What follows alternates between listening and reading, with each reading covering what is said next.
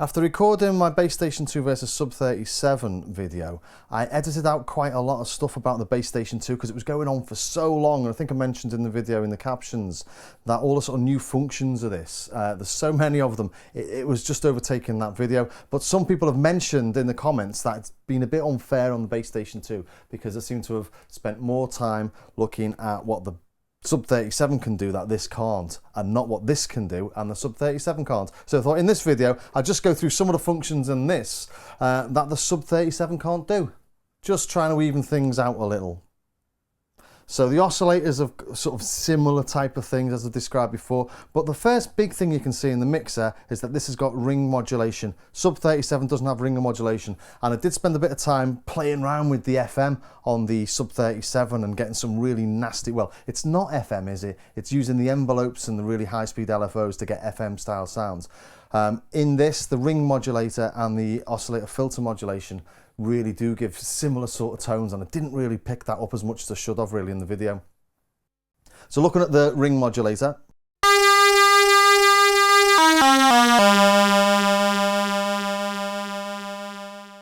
that's very basic, but let's start mangling it up a little bit, shall we?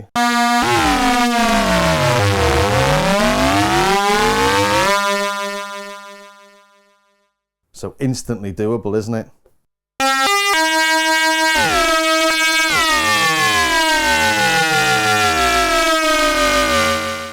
And obviously changing the waveforms will give different tones.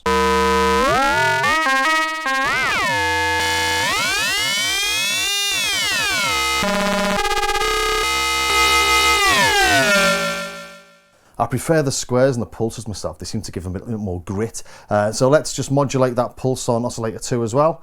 With LFO 2, let's turn that up.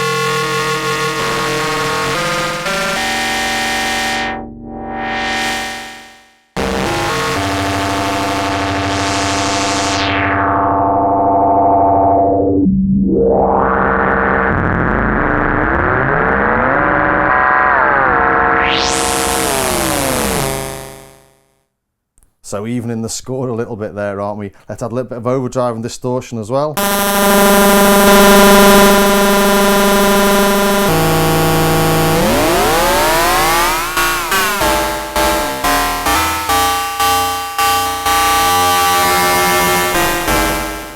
Again, using the pulse on the LFO gives a much sort of definite tone to it.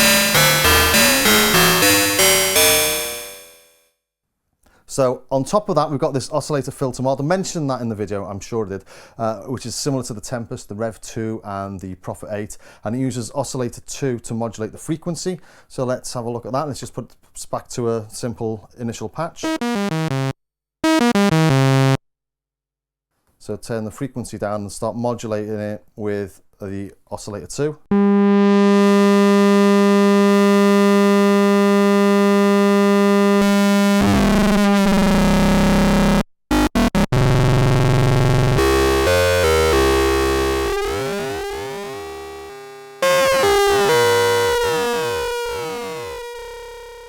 Let's maybe modulate oscillator 2's pitch with LFO 1.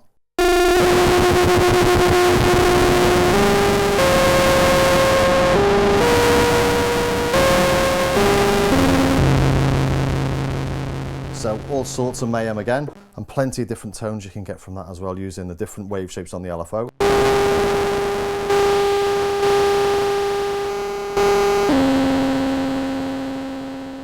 More definite again using the pulse, isn't it?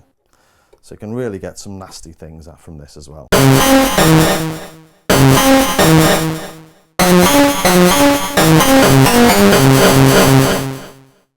Evening up the score again, a little bit of hope. Next up, microtuning. So let's get initial patch again. So microtuning, you access the microtuning functions by pressing function and tune twice. And here we go, T equals 0, so this is standard tuning.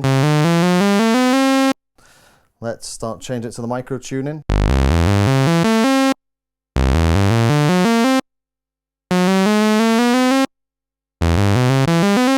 Really nice for doing sort of strange electronic stuff, this sort of can take you in sort of modular type territory. You know when you hear those things with bleeps and blops and a bit of reverb on them, Microtuning's the way. Luckily, I have a patch I made earlier. Really nice for percussive things, this as well.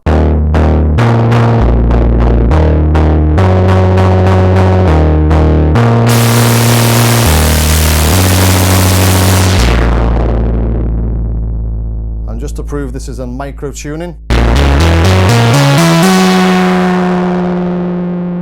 there you go, it's on number 6. Let's just change it around.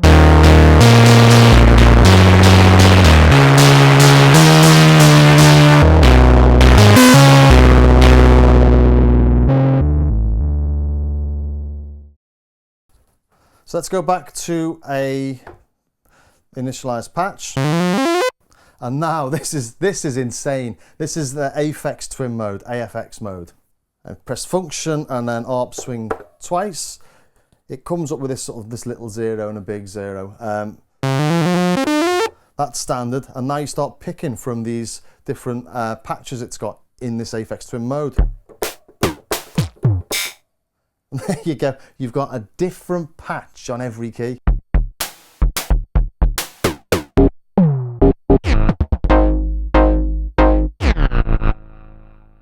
Insane. So, sub 37, can't touch that. Another nice little addition is what's called glide divergence, and it has a different glide speed for each of the oscillators. So you get to that by function and input gain twice. So set it on 6 here. Goes to a maximum of 15. So you can hear the 2 speeds there. Let's knock it down a bit. Back to 6.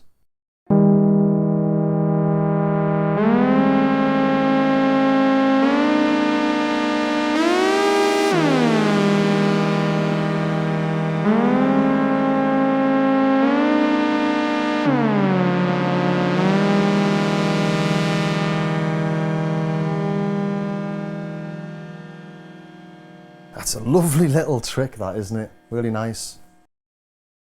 And an absolutely stunning addition is the fact that the sub oscillator can now be detached from oscillator 1, making it into a true 3 oscillator synth. The third oscillator can be a sine, a pulse, or a square, being the sub octave, the sub oscillator I should say. By pressing function and course, we are detuning it. So let's put it at 5th. How insane is that?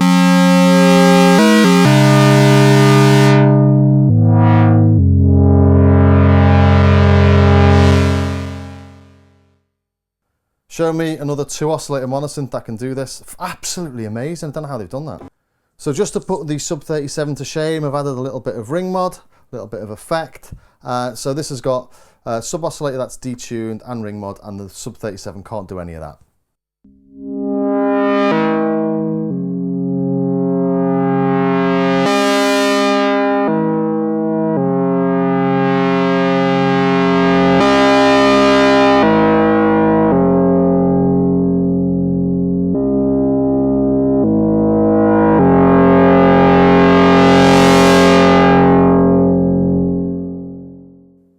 And now let's add a bandpass in 12 dB mode.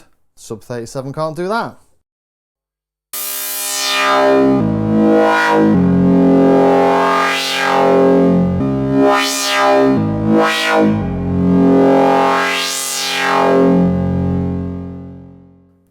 Oh my God, that's gorgeous, isn't it? Oh, I love that.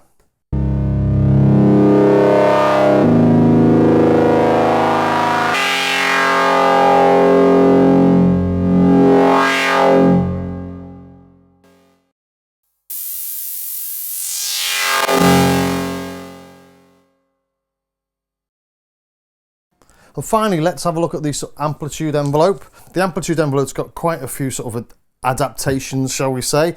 So it's got envelope retriggering, fixed duration sustain envelopes, and envelope retriggering count.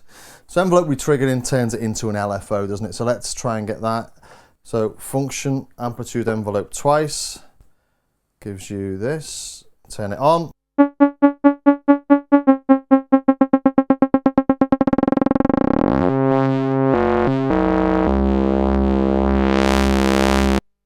So all of a sudden again we've got some nice FM-y bits.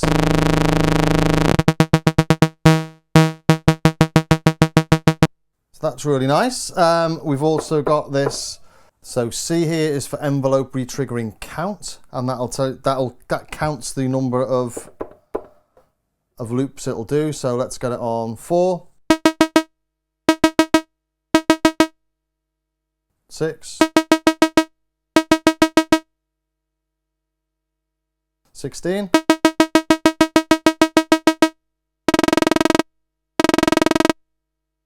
So again, lovely little use of the envelope. Let's turn this off. And finally, function amp envelope, press it 4 times, sorry, and you get this constant decay, or constant delay time. So no matter how long you push the key for, the amplitude envelope is the same. So it's a bit like having a gate on it.